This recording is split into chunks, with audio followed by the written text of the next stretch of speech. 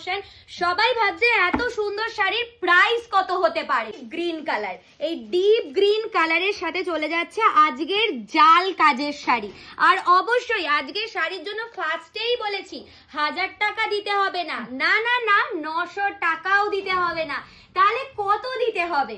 Colour নয়, আজকে জিনিস দেখাবো, কাছে এসো। প্রথম শাড়িটা দেখো, পুরোটা যাচ্ছে জাল বেনারসি বালুচরীর ওপর। হ্যাঁ, আজকের শাড়িটা কিন্তু যাচ্ছে আর্টের ওপরে, আর কালেকশনের মধ্যে দেখো বালুচরীর ডিজাইন।